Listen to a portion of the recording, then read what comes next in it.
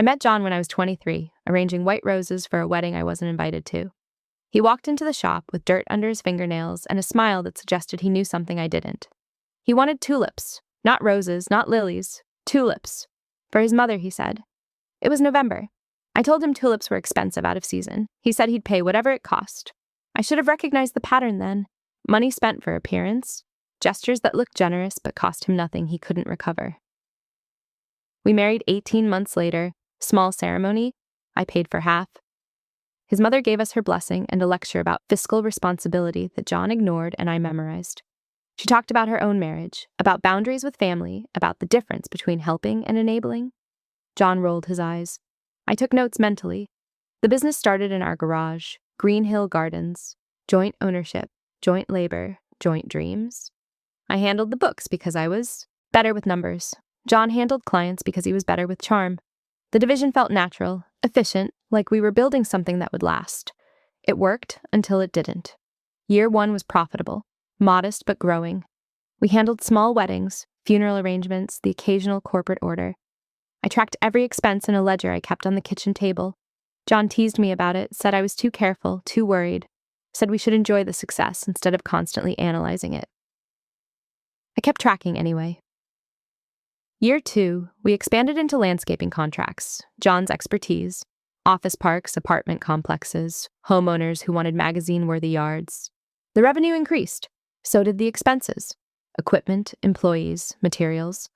I tracked it all, created spreadsheets that showed profit margins by project type, identified which contracts were worth pursuing and which barely covered costs. John never looked at the spreadsheets. That's your department, he'd say. You're the numbers person. I was. I took that role seriously. Year 3, we hired our first full-time employee. Kelly, a college student who needed weekend work and didn't mind early mornings. She was competent, reliable, good with customers. I trained her carefully, documented her progress, created systems that would scale if we needed more employees. John thought I was being thorough. I was. But I was also building something that could function without constant supervision, without me, if necessary. I didn't know why I was thinking that way, not consciously, but some part of me understood that flexibility meant survival, that dependence meant vulnerability. Year 4 brought our first real crisis. A client disputed an invoice, threatened legal action, claimed we'd damaged property during a landscaping install. John panicked.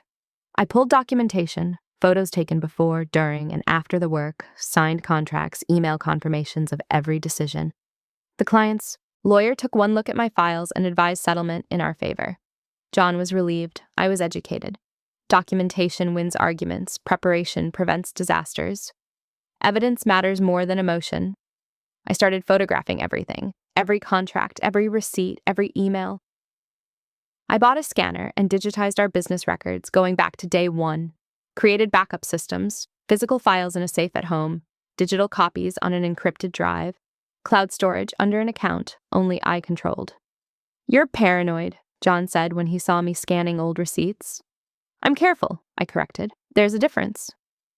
Year 5, we opened a real storefront. A shop on Maple Street between a dry cleaner and an insurance office. Rent was reasonable. Location was decent.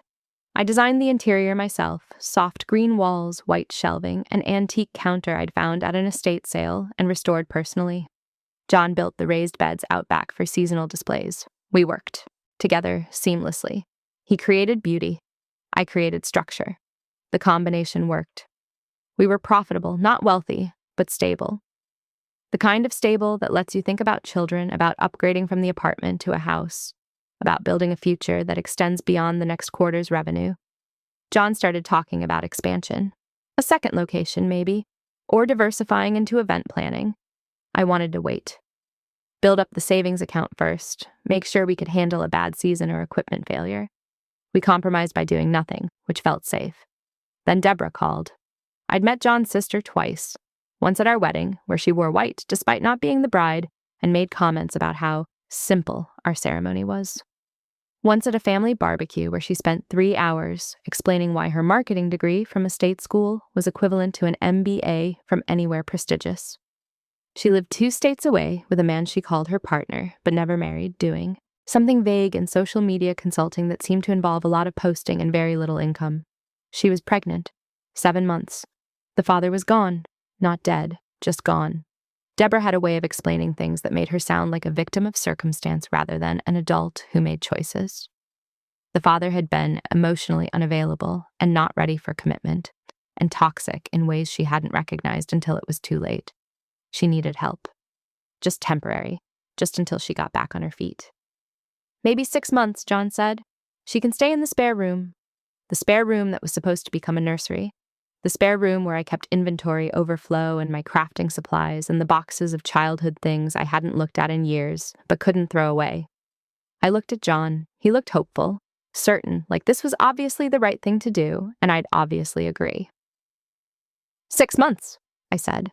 I started a new spreadsheet that night, titled it Temporary Expenses, created categories, rent equivalent, utilities, food, incidentals, medical, estimated what Deborah's presence would cost.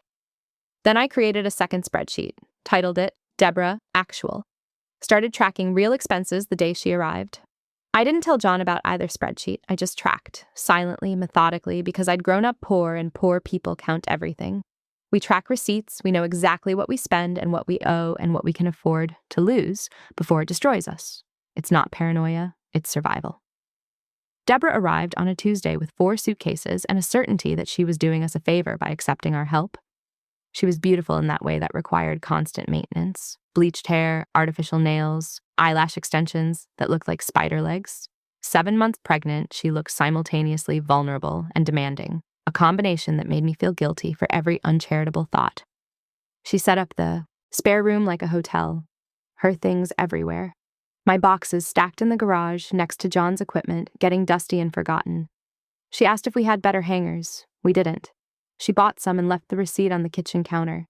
$14. I added it to the spreadsheet. Family helps family, John said when I mentioned the hangers. I nodded and said nothing.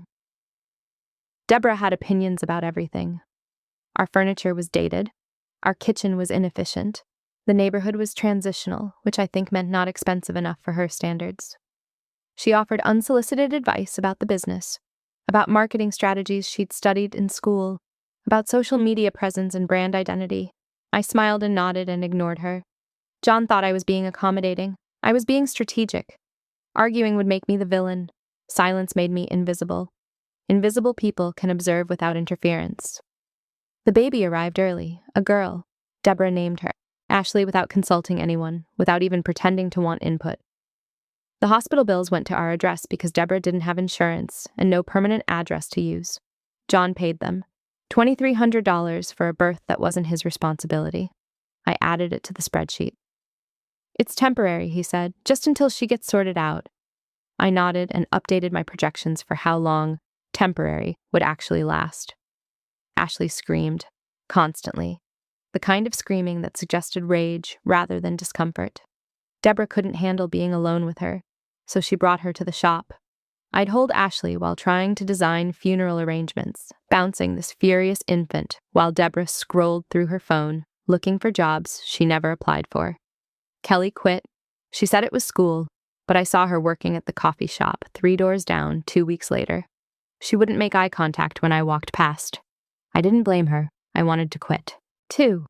Instead, I hired Kelly's replacement, Michelle Baker, recently divorced, mother of 2, desperate for stable employment. She was older than Kelly, more professional, significantly more motivated. She needed the job. That made her reliable. I trained her carefully, more carefully than I'd trained Kelly. I showed her supplier relationships, client management systems, design techniques. I taught her how I organized the back room, how I scheduled deliveries, how I handled difficult customers. John thought I was being thorough. I was. But I was also creating redundancy. Building a business that could function if I suddenly needed to step back.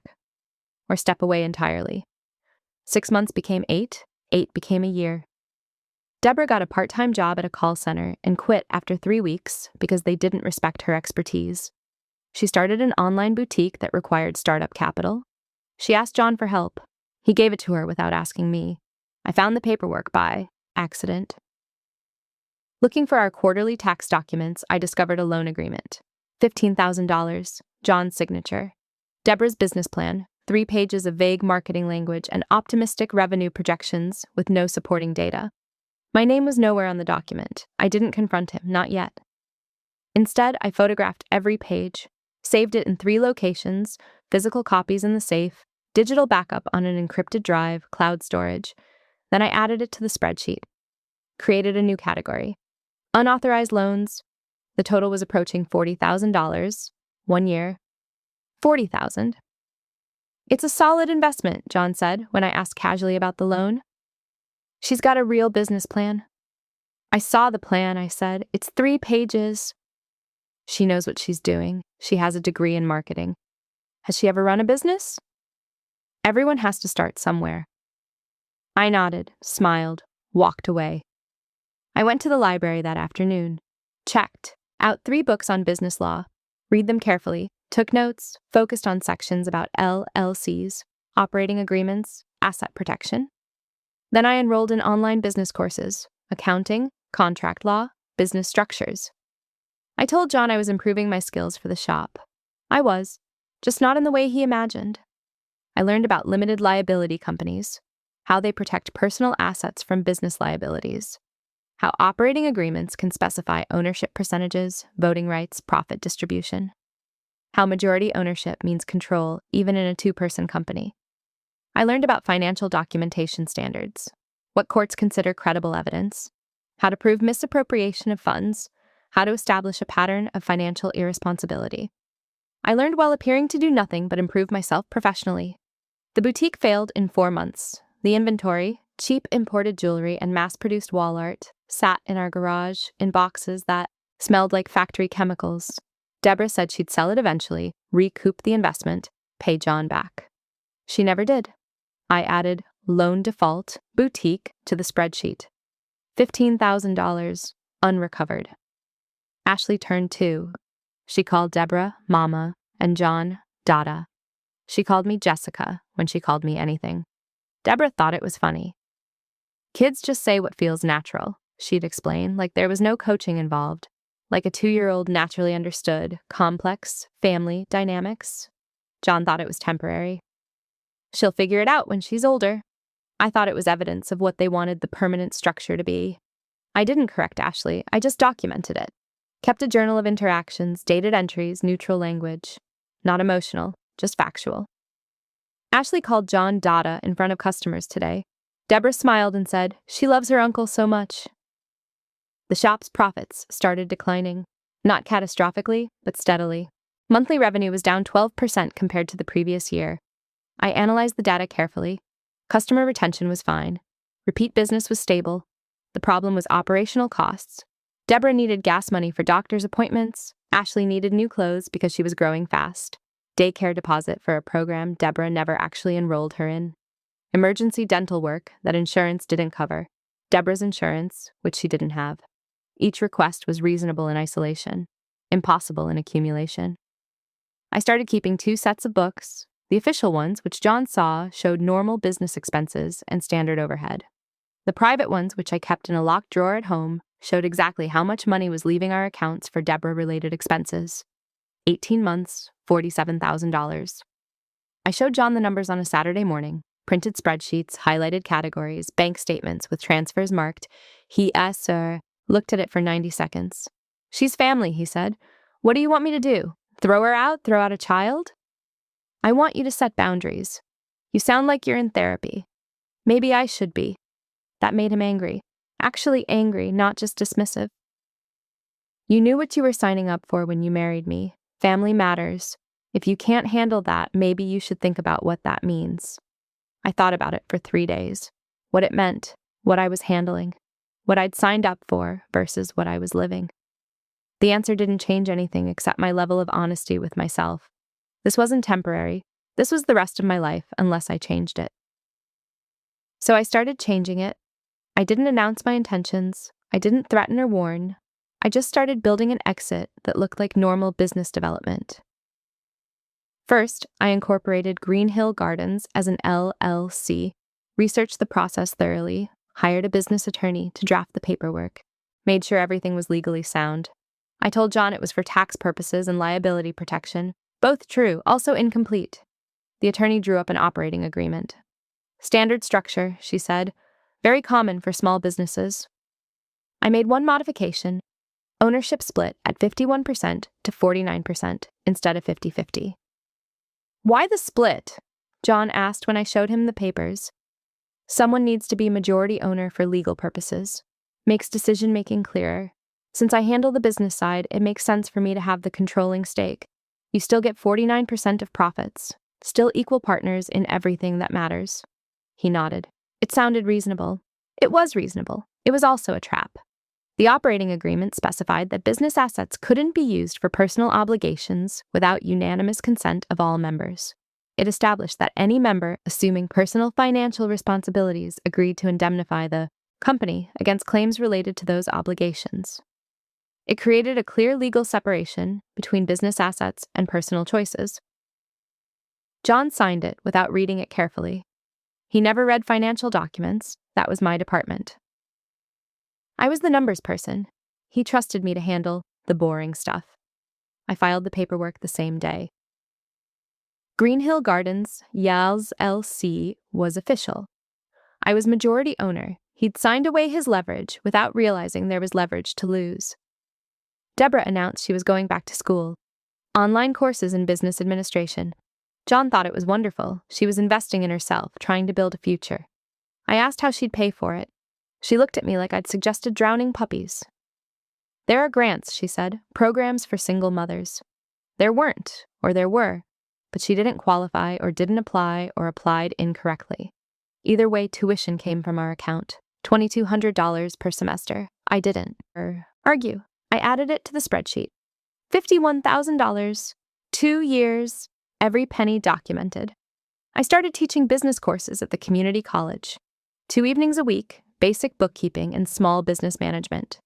The pay was modest, $400 per course, 2 courses per semester. I deposited every check into an account John didn't know existed. A separate bank, different from our primary institution, an account in my name only. I also started taking on private clients, custom floral arrangements for small events, people who wanted personal service without the overhead of a full shop. I charged premium rates, not enough to compete with our main business, but enough to build capital. Every deposit went into the separate account. John didn't notice. Why would he? I still handled all the bills, managed the shop's finances, kept everything running smoothly. The extra income looked like extra work, which it was. Just not work that benefited us jointly. It benefited me. Only me. I was building an escape fund while appearing loyal and committed. Michelle proved invaluable.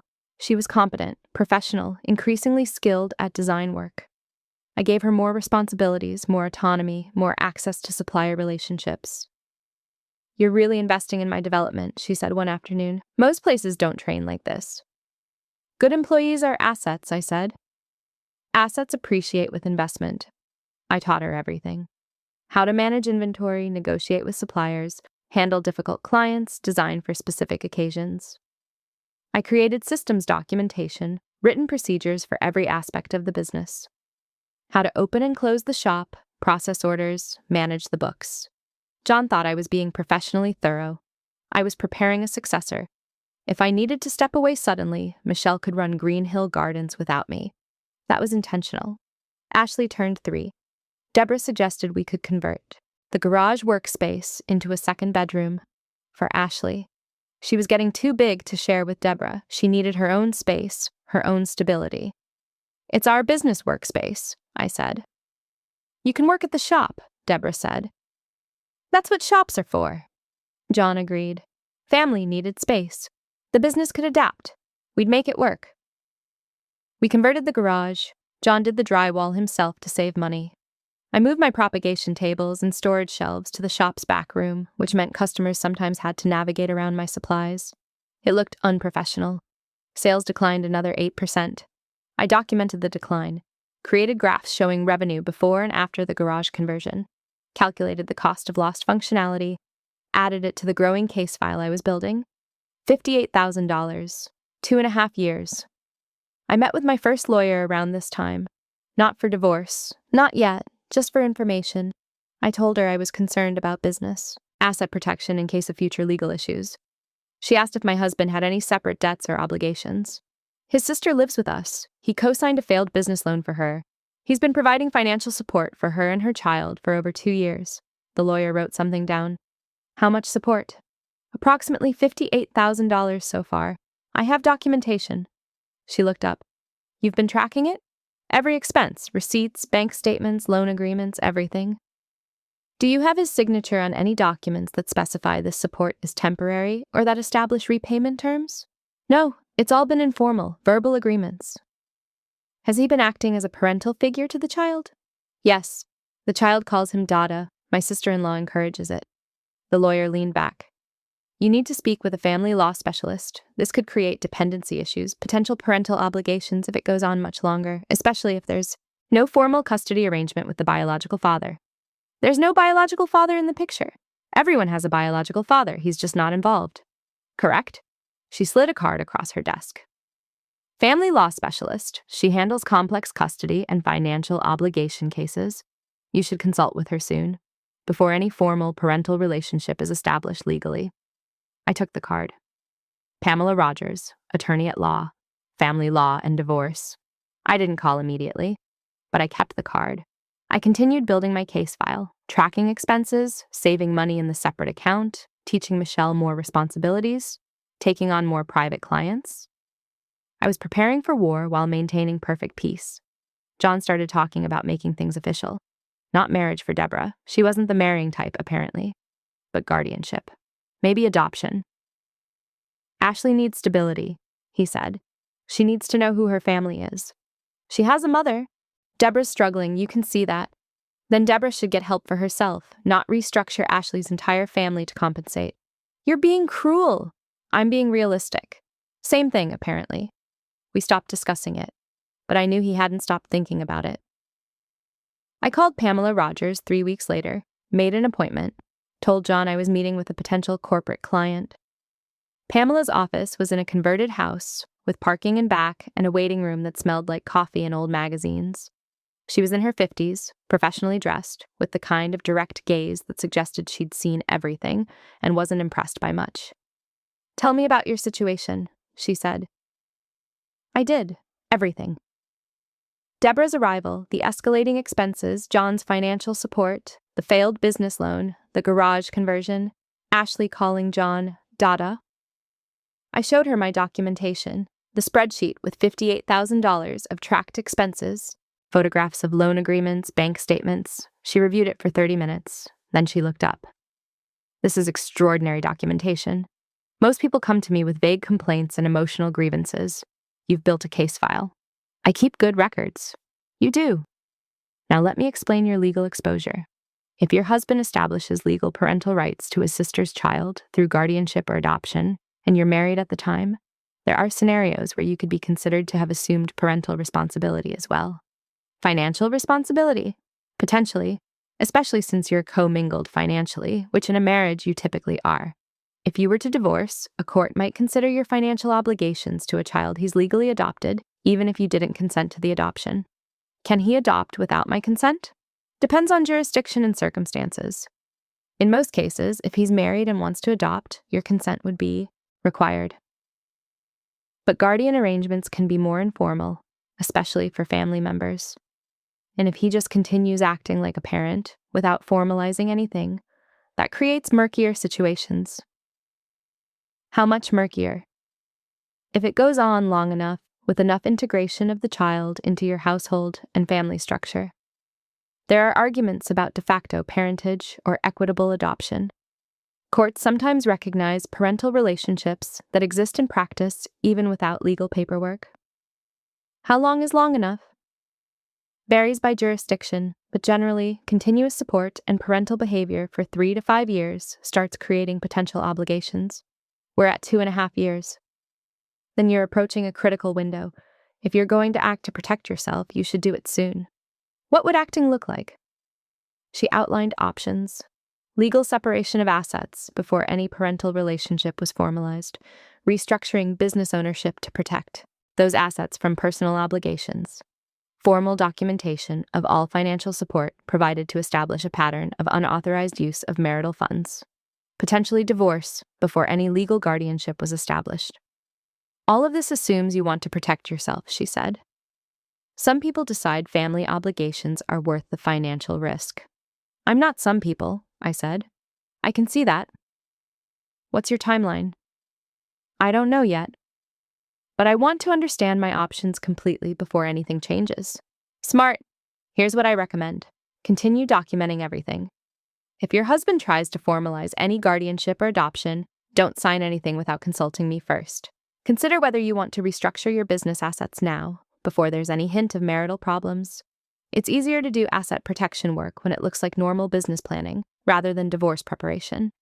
I already restructured the business. It's an LLC now. I'm majority owner with 51%. She smiled. You're ahead of me. That's excellent asset protection. Your business is largely shielded from personal obligations now, especially if your operating agreement is clear about separating business assets from personal liabilities. It is. Then you're in a strong position. If you decide to divorce, your business interests are protected. If you decide to stay married but refuse guardianship, you have legal ground to stand on. You've created options for yourself. That was the intention. Most people don't think this way. They react to crises instead of preparing for them. I grew up poor, I said. Poor people prepare. We have to. I paid for 2 hours of consultation and left with clarity I needed and validation I didn't know I wanted. I wasn't crazy. I wasn't cruel. I was strategic, and strategy was going to save me. I continued my double life, supportive wife on the surface, preparing for separation underneath. I started traveling for professional development, flower shows, industry conferences, networking events. Some of it was real. I did attend conferences, did make professional connections. I also met with other lawyers, got second opinions, third opinions, built a comprehensive understanding of divorce law, asset protection, child custody complications, financial obligations in dissolution. I learned what evidence courts valued, what documentation standards judges expected, how to prove financial misconduct, what timeline was optimal for filing. I learned everything I needed to know before I needed to use it. John never questioned my travel. He was too busy being a father to Ashley, too absorbed in the role he'd assumed without asking if I wanted to share it. Deborah started making comments about the future, how Ashley would need stability, how children needed consistency, how it was probably time to make arrangements official. What kind of arrangements? I asked. Legal? Funds. Guardianship at minimum. John and I have been discussing it. John and I haven't been discussing it. Well, maybe you should discuss it with him then. I did discuss it. That night, carefully, calmly. Deborah mentioned you're considering guardianship for Ashley. Oh, yeah, I've been thinking about it. Without talking to me first? I'm talking to you now. You're informing me after you've already discussed it with Deborah. That's different. What's the big deal? She's been living with us for almost 3 years. Ashley is basically ours anyway. Ashley is Deborah's. Deborah's struggling. Ashley needs more stability. Then Deborah needs to provide stability. She's the mother. You're being really cold about this. I'm being realistic. Guardianship creates legal obligations, financial responsibilities, permanent complications if we ever what? Nothing. I just think we should consider all implications before making legal commitments. He stared at me. You've really thought about this. Someone should. The conversation ended without resolution, but I knew he hadn't abandoned the idea, just postponed it. The guardianship papers appeared 6 weeks later, legal forms partially filled out, John's information in neat handwriting, a space for my signature at the bottom. He left them on the kitchen table like a casual suggestion. I didn't sign. I didn't refuse either. I just said I needed time to review them carefully. What's there to review? It's just making official what already exists. Legal documents should always be reviewed carefully. I'll look at them properly and we can discuss. I took the forms to Pamela Rogers. She reviewed them with an expression that confirmed what I already suspected. If you sign this, and you later divorce, you could be considered to have assumed parental responsibility. Courts might impose financial obligations for the child's support. At minimum, it complicates everything, significantly. What if I don't sign? then he can't establish guardianship without your consent, assuming he's using these forms correctly. But he might try other approaches, and if he continues acting as a de facto parent for several more years, that creates other issues. How long do I have? I wouldn't wait past 5 years of continuous support. The longer this goes on, the more likely a court might recognize some form of parental relationship, even without paperwork. We're at 3 years. Then you have time, but not unlimited time. What do you recommend? That depends on what you want. Do you want to stay married? I sat with that question for 30 seconds. Honest assessment. No performance. No, I said finally. Not like this. Not with Deborah and Ashley permanently embedded in our lives. Not with John making unilateral decisions about major life changes. No. Then you should start preparing for divorce seriously. Build your financial independence. Completely. Document everything comprehensively. And when you're ready, file first and file decisively. Why file first? Because it gives you control of the narrative and the timeline. You choose when and how this happens. You're not reacting to his choices. You're acting on your own terms. I need more time to prepare. Then take it. But use it wisely. Every month that passes is another month of potential obligation accumulating. I went home and told John I needed more time to consider the guardianship forms. He seemed frustrated but didn't push. I used the time to accelerate my preparations. I increased my course load at the community college. 4 classes instead of 2. $800 per semester instead of $400. Every dollar went into the separate account. I took on more private clients, started marketing myself quietly through industry contacts. Premium custom work for people who valued discretion and quality. I charged rates our shop couldn't. Command, not competing with Green Hill Gardens directly, just building a parallel income stream. The separate account grew. 5,000, 8,000, 12,000. I opened an investment account and started moving money there. Index funds, diversified portfolio, nothing sophisticated but steady and growing. I was building capital that John didn't know existed, resources for the war ahead. Meanwhile, I continued the documentation. Every expense related to Deborah went into the spreadsheet. Every conversation about guardianship went into my journal. Every financial decision John made without consulting me got photographed and filed. 3 years became 3.5. The total reached $63,000. Michelle became assistant manager. I gave her a significant raise and more responsibility. She could run the shop independently now.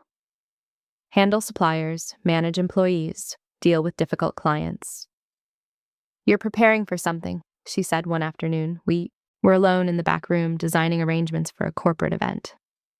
What makes you say that? The way you're training me, it's not just professional development. You're teaching me like I'm going to run this place without you. I considered lying, decided against it. Michelle was smart. She deserved some version of truth. I might need to step back at some point. Personal reasons. I want to make sure the business can continue successfully without me being here every day. Personal reasons like divorce? What makes you think that? I was married for 12 years to someone who made unilateral decisions about our lives. I recognize the pattern. The way your husband brings his sister and niece here, treats the shop like an extension of his family obligations. The way you never push back directly, but you're constantly maneuvering around him. I'm not maneuvering. You're absolutely maneuvering. You're just doing it quietly. I did the same thing for years. Difference is, I didn't prepare like you're preparing. I just left one day with nothing and spent 5 years recovering financially. You're smarter. I'm careful. You're strategic. There's a difference. And honestly, I'm learning more from watching you than I ever learned in my marriage. About how to protect yourself without broadcasting your intentions. We didn't discuss it again, but Michelle understood. And understanding made her more valuable. She knew to maintain normalcy, to keep the business running smoothly, to not reveal anything she suspected. She became an ally without ever explicitly agreeing to be one. Year 4 approached like a deadline I'd been counting toward. 4 years of Deborah, 4 years of Ashley, 4 years of watching John choose his sister over his wife repeatedly, while I smiled and documented and prepared. The guardianship papers were still sitting unsigned in a drawer. John mentioned them occasionally. I kept saying I needed more time to think about it. He was getting frustrated. Deborah was getting insistent. Ashley was getting older, more integrated into our household. more certain that John was her father in everything but paperwork. I needed to act before the situation became so entrenched that courts would recognize obligations, even without my signature. I met with Pamela Rogers one final time before making my decision. "I'm ready," I said. "Tell me exactly what I need to do." She outlined the strategy. File for divorce first. Immediate motion for separation of business assets based on the LLC operating agreement. Documentation of unauthorized use of marital funds for his sister's support. Request for forensic accounting to establish the pattern of financial misconduct. Enforcement of the operating agreement terms requiring reimbursement for unauthorized business expenses. "This will be adversarial," she warned. "Once you file, there's no subtle version. He'll know you've been planning this." "How long should I expect the process to take?" "Depends on his cooperation. If he agrees to settle based on the operating agreement and documentation, maybe 6 months. If he fights, could be a year or more." "What about the business?" "The LLC structure protects you. You're a majority owner. The operating agreement clearly states business assets can't be used for personal obligations without unanimous consent. He violated that repeatedly. You have documentation. The business stays primarily yours. And the house? Marital asset, you'll split the equity." Given the relatively short marriage and the fact that significant marital funds went to his sister rather than joint investment, you might negotiate a favorable split. But expect to divide it somehow. That's acceptable. The money he spent on his sister. That's where it gets interesting. The operating agreement specifies indemnification for members who assume personal financial obligations. He signed an agreement saying he'd reimburse the company for personal expenses. You have $63,000 of documented personal expenses he charged to the business or paid from marital funds. You can pursue repayment.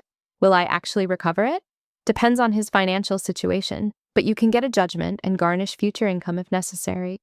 It's not about the money. Well, it is about the money, but it's also about establishing consequences for his choices. I want consequences. Then you'll get them. Are you ready to file? I thought about it. Really thought about it. This would end my marriage. Change my life completely. Create conflict and complexity and probably months of difficult negotiations. But staying would mean signing guardianship papers, accepting permanent responsibility for a child I hadn't chosen, spending the rest of my life subsidizing Deborah while my own security eroded. "I'm ready," I said. We filed on a Monday morning. Divorce petition, immediate motion for separation of business assets, documentation of financial misconduct, request for forensic accounting, the whole arsenal I'd spent 4 years building. John was served at the shop. Michelle told me later that he looked confused, then betrayed, then angry in sequence, like watching someone process impossible news in stages. He called me 16 times that day. I didn't answer. He came home that night ready for confrontation. I was ready for something else. I'd packed his things, 3 suitcases in the living room, his clothes, his toiletries, his personal items, neat and thorough. "What the fuck is this?" He gestured at the papers in his hand. "Divorce, business dissolution, legal accounting of 4 years of financial misconduct. You can't just dissolve the business. It's half mine. It's 49% yours. According to the operating agreement you signed, I'm not dissolving it. I'm separating my majority stake from your minority interest. You manipulated me into signing that agreement. I asked you to read it. You chose not to. That's your negligence, not my manipulation." "How long have you been planning this?" His voice was rising, anger competing with disbelief. 4 years, since the week Deborah moved in." The number landed like a physical blow. 4 years? You've been lying to me for 4 years? I haven't lied once. I've been silent. There's a difference. I stopped arguing. You interpreted that as agreement. That was your mistake, not my deception. You let me think everything was fine. You let yourself think everything was fine because it was convenient. I stopped protesting, so you stopped considering whether your choices were destroying our marriage. You coasted on my silence. What do you want? He sat down heavily on the couch, still holding the papers. I want you out of the house by Friday. I want the business assets separated according to the operating agreement. I want forensic accounting of every unauthorized transfer to Deborah. And I want repayment of the $63,417 you've taken from our business and marital funds without my consent. $63,000? He laughed, bitter, shocked. You counted every dollar? Every penny. Would you like to see the spreadsheet? I opened my laptop, showed him. 4 years of data, every expense categorized, every promise of repayment noted and marked unfulfilled, every violation of our operating agreement highlighted in yellow. He stared at the screen, columns of numbers, dates, amounts, evidence of his own choices laid out in relentless detail. You're insane, he said quietly. I'm thorough. There's a difference. I was helping my sister. You were destroying your marriage. The help was a side effect. She had nowhere to go. She had options. She chose the easiest one. You enabled it. I documented it. Now we're settling accounts. You're heartless. I'm practical. You taught me that money matters, that business needs structure, that documentation prevents disputes. I just applied those lessons to our marriage. I can't pay $63,000. Then my lawyer will pursue garnishment of your business income, your personal assets, and your future earnings until it's satisfied. The operating agreement specifies that members who assume personal financial obligations agree to indemnify the company. You signed that agreement, you assumed obligations, now you indemnify. This will destroy me. You destroyed our marriage. This is just the accounting. He stood up, grabbed one of the suitcases. You planned this from the beginning. Deborah was right about you. Deborah was using you. I was protecting myself. Those aren't equivalent. To you, they are. He left that night. Went to Deborah's apartment. She'd finally moved out 2 months earlier into a place I suspected we were helping pay for. I changed the locks the next morning. Added the locksmith bill to the divorce. Expenses. The forensic accounting took 3 weeks. The accountant was professional, thorough, impressed by my documentation. She reviewed every transaction I'd flagged, verified amounts, cross-referenced bank statements, and receipts. Her report confirmed everything. $63,417 in unauthorized business expenses for personal obligations. Clear violation of the operating agreement. Clear pattern of financial mismanagement. John's lawyer tried to argue it was marital money, shared responsibility, family obligations that both spouses implicitly accepted. My lawyer buried him in documentation, the operating agreement with John's signature. The LLC structure protecting business assets from personal liabilities. 4 years of meticulous records showing unauthorized transfers. Email exchanges where John made decisions without consulting me. Text messages where I raised concerns that he dismissed. Your client signed an agreement that he clearly didn't read or understand, my lawyer said in mediation. That agreement creates obligations he's now subject to. My client has documentation supporting every claim. Your client has assumptions and family sentiment. Which do you think a court will find more compelling? John's lawyer advised settlement. The negotiations were brutal, but brief. John couldn't afford extended litigation. He couldn't afford a lawyer for months of court battles. He couldn't afford anything except capitulation. I got the business, full ownership. He signed over his 49% for $20,000, barely enough to cover his legal fees and moving expenses. I got the house. We'd split the equity technically, but his share was reduced by amounts he owed for the unauthorized expenses. Net result, I kept the house. He got $18,000. I got enforcement rights for the repayment. Garnishment of his income at $473 monthly for 7 years until the $63,000 was satisfied. He got Deborah and Ashley and the life he'd chosen, the responsibility he'd assumed, the obligations he'd prioritized over our marriage. The divorce was final in 6 months, 4 years of preparation, 6 months of execution. Everything I'd built toward accomplished exactly as planned. Deborah called me the day the settlement was finalized. You destroyed him, she said. He's broke. He lost everything. He's living in my spare room trying to start over from nothing. He made choices, I said. I made plans. One of us succeeded. He was helping his family. He was neglecting his wife. I'm his family too. Or I was supposed to be. You're a cold bitch. I'm successful. People confuse the two. She hung up. I blocked her number. I never heard from either of them again, not directly. Green Hill Gardens expanded 3 months after the divorce was final. I took over the space next door when the insurance office relocated, doubled the Square footage, created a consultation room for wedding clients, built a cold storage system that let us handle larger events. I hired 3 more employees. Michelle became assistant manager officially with a salary that reflected her value and loyalty. Revenue increased 47% in the first year after the divorce, 68% the second year. The business I'd protected, that I'd restructured to survive, that I'd trained Michelle to run independently, that business thrived without John's involvement. I opened a second location 18 months after the divorce. Downtown space near the courthouse and professional offices. Different customer base, corporate accounts, law firms, medical practices wanting weekly installations. Michelle ran it.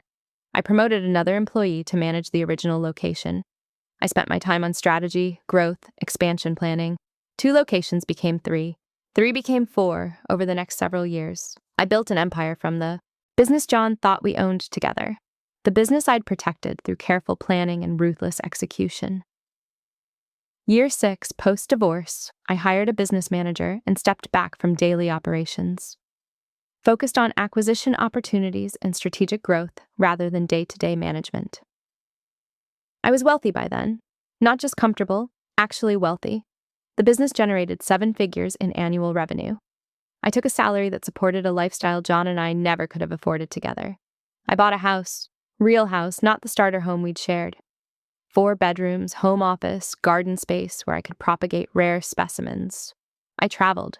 Real travel, not just industry conferences. Europe, Asia, South America. Places I'd only imagined while married to someone who thought vacation meant visiting his mother.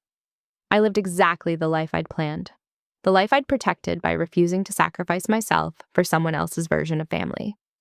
John's garnishment. Payments arrived monthly. $473, like clockwork. I deposited them into an investment account, never spent them, didn't need them, just watched them accumulate like proof that preparation defeats assumptions every time. I saw him once about 3 years after the divorce, at a supplier's warehouse. He looked diminished, older than his years, the kind of tired that comes from losing a war you didn't know you were fighting. We made eye contact across the warehouse floor. He looked away first. I continued my business transaction like nothing had happened.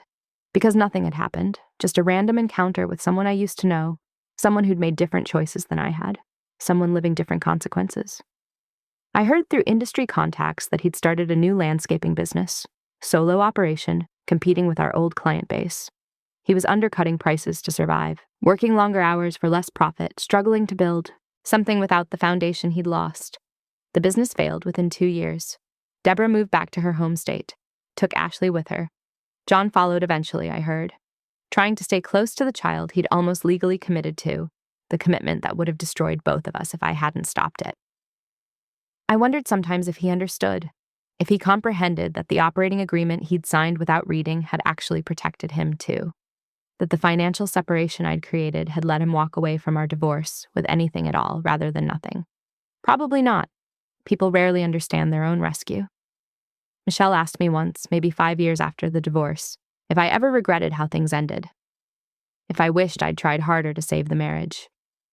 We were at a business conference together. Evening reception, both of us tired from a day of networking and presentations. No, I said. I regret waiting as long as I did. I should have filed. After 3 years instead of 4. Why wait at all if you knew it was over? Because I needed time to prepare properly, to build the case file, to structure everything so I'd win decisively rather than struggle through contested litigation. You really planned it all? Every detail, from the week Deborah moved in to the day I filed. 4 years of preparation. That's extraordinary. That's survival. I grew up poor. Poor people can't afford to lose. We prepare. She nodded slowly. I lost everything in my divorce because I didn't prepare. Just reacted emotionally, left with nothing, and spent years rebuilding. You're teaching me a different way. I'm teaching you that documentation matters more than feelings, that evidence wins arguments, that preparation beats improvisation. You're teaching me to protect myself. Exactly.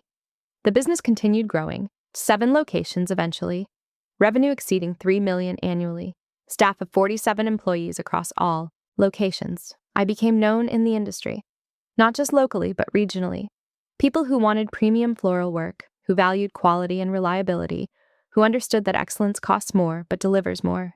I spoke at conferences, taught workshops on business management for creative professionals, served on industry boards.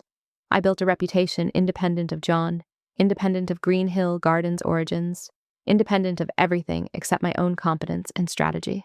The business that started in a garage that survived Deborah and John and 4 years of slow financial bleeding, that business became something neither of us could have built together. Because I protected it.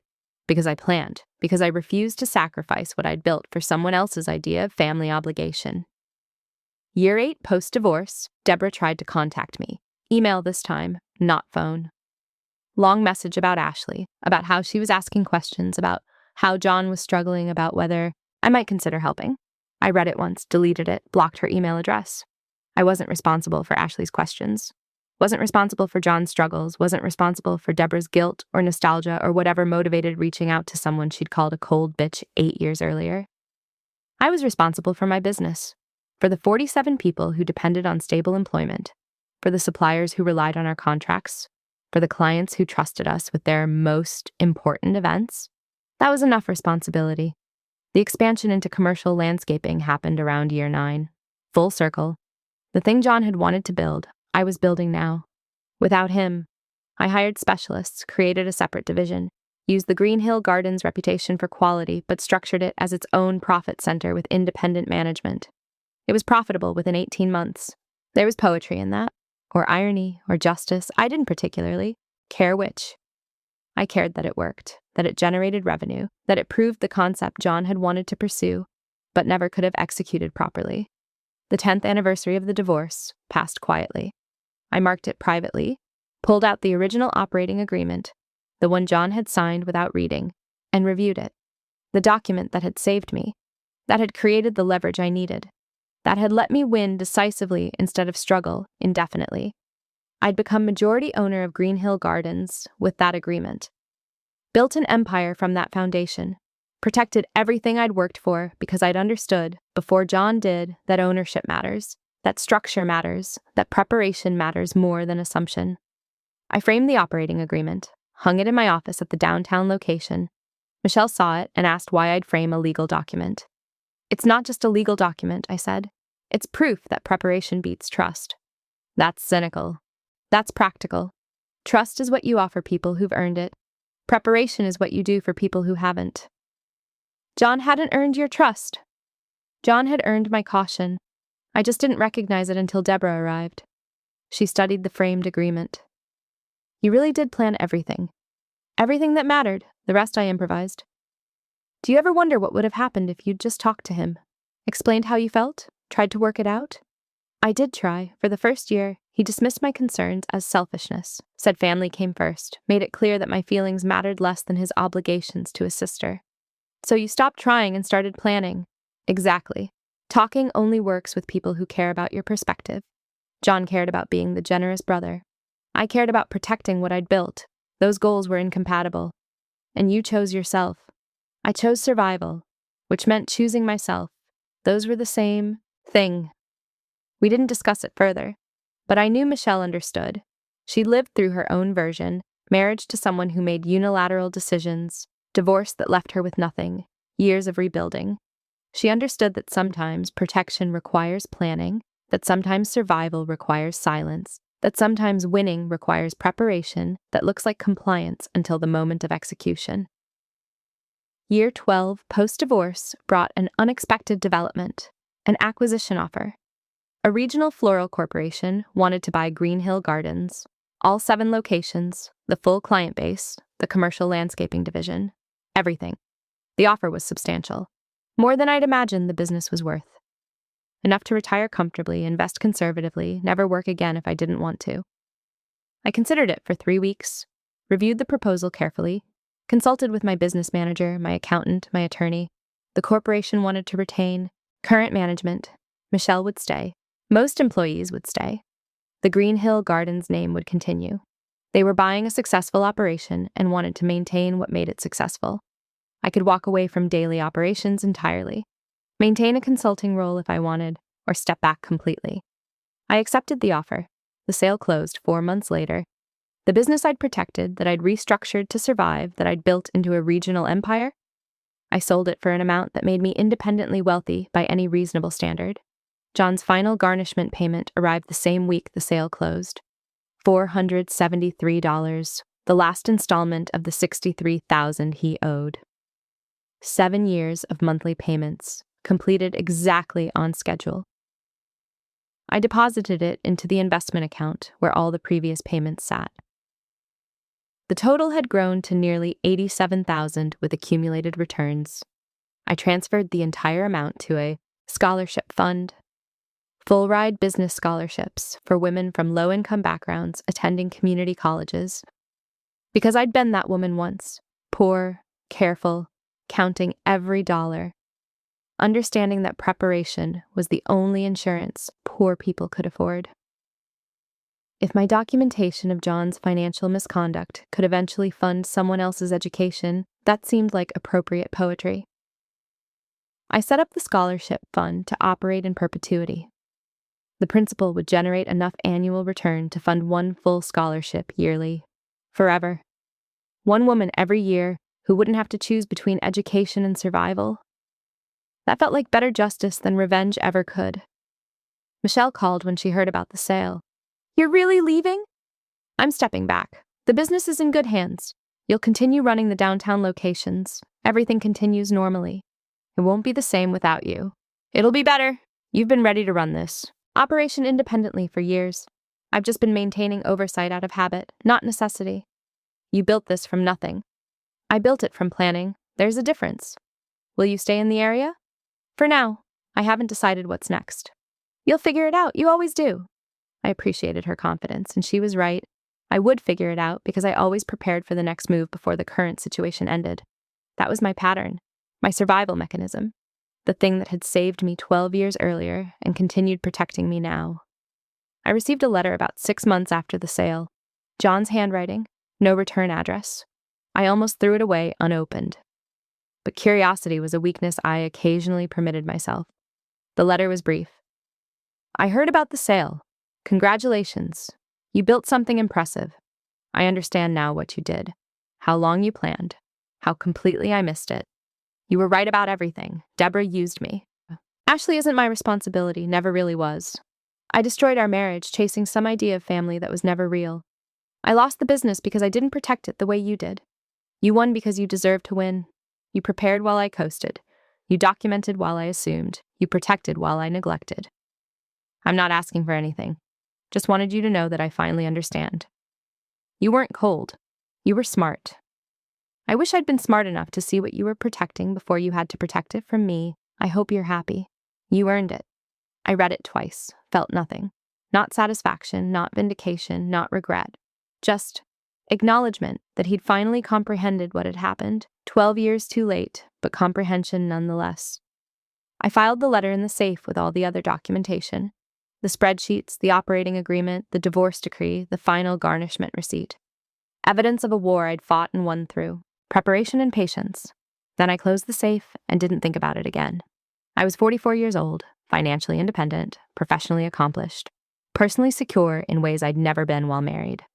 I bought a small flower farm outside the city, 10 acres of propagation space, greenhouses, trial gardens. Not a business. I'd sold that. Just a private space where I could grow rare specimens, experiment with hybridization, work with plants without the pressure of commercial demands. I spent my days in soil and sunshine, propagating cuttings, grafting roses, creating beauty without deadlines or customer expectations. It was peaceful in ways I'd forgotten peace could exist. I also started teaching, not community college courses for income, private mentorship for women starting small businesses, free consulting for women leaving bad marriages and rebuilding financially. I taught them what I'd learned: documentation, preparation, asset protection, how to structure businesses to survive personal chaos. How to build leverage before you need it. How to win by planning while others coast on assumptions.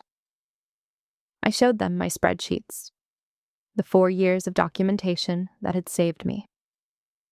The operating agreement that had created my leverage. The evidence that had let me walk away from a destructive marriage with my business intact and my future secure.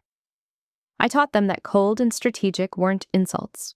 They were survival mechanisms, They were tools that worked when emotion and trust failed. Some of the women cried when they saw my documentation, recognized their own situations, understood that they could protect themselves too if they started preparing. I taught them how to prepare. That became my legacy.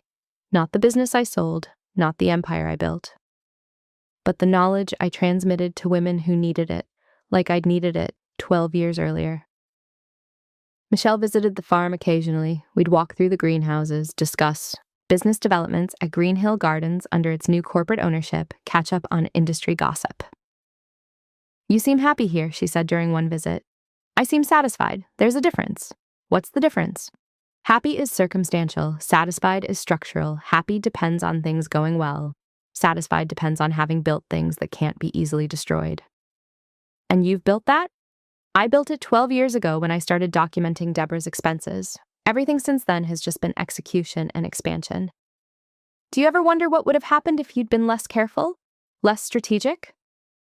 "I'd have signed those guardianship papers, accepted legal responsibility for Ashley, stayed married to John out of guilt or obligation or some misguided idea that endurance equals virtue. I'd probably still be struggling financially, still subsidizing Deborah, still erasing myself to accommodate his version of family. Instead, you're here. Instead, I'm here. Because I prepared. Because I documented. Because I protected myself when no one else would." "Do you think that makes you cold?" "I think it makes me successful. People who mistake the two usually end up like John, broke, bitter, finally understanding, but too late to matter."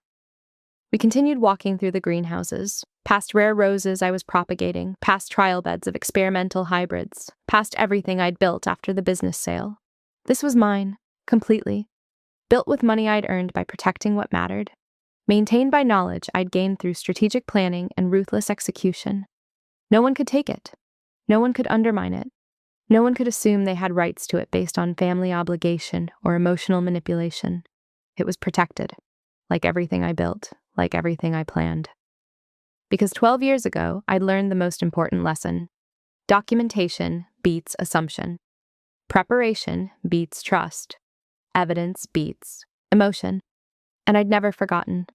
The florist's ledger, the original spreadsheet I'd kept tracking Deborah's expenses, sat in my office at the farm. Framed like the operating agreement had been, not as a reminder of what I'd survived, as proof of what I'd planned. Visitors sometimes asked about it. Why would I frame a spreadsheet? I'd tell them it wasn't a spreadsheet. It was a blueprint. A blueprint for winning a war the other side didn't know they were fighting. A blueprint for protecting yourself when no one else will. A blueprint for survival that refused to look like surrender. And that blueprint had worked. Perfectly. Exactly as I'd planned for 4 years while appearing compliant and accepting and devoted. I'd won completely. John had lost everything. The outcome was proportional to the preparation, which was exactly how it should be. I was satisfied with that, and satisfaction, the kind built on foundation of careful planning and ruthless execution, was significantly more valuable than happiness, forgiveness, or the kind of family loyalty that destroys everything you build. The florist's ledger had taught me that. I'd never forget it, and I'd never stop teaching it to women who needed the same lesson I'd needed 12 years earlier. Because some women survive by being kind. Some survive by being forgiving. Some survive by enduring. And some survive by documenting everything, preparing silently and executing decisively when the moment arrives. I was the last type. It had saved me, it would save others, and that was legacy enough.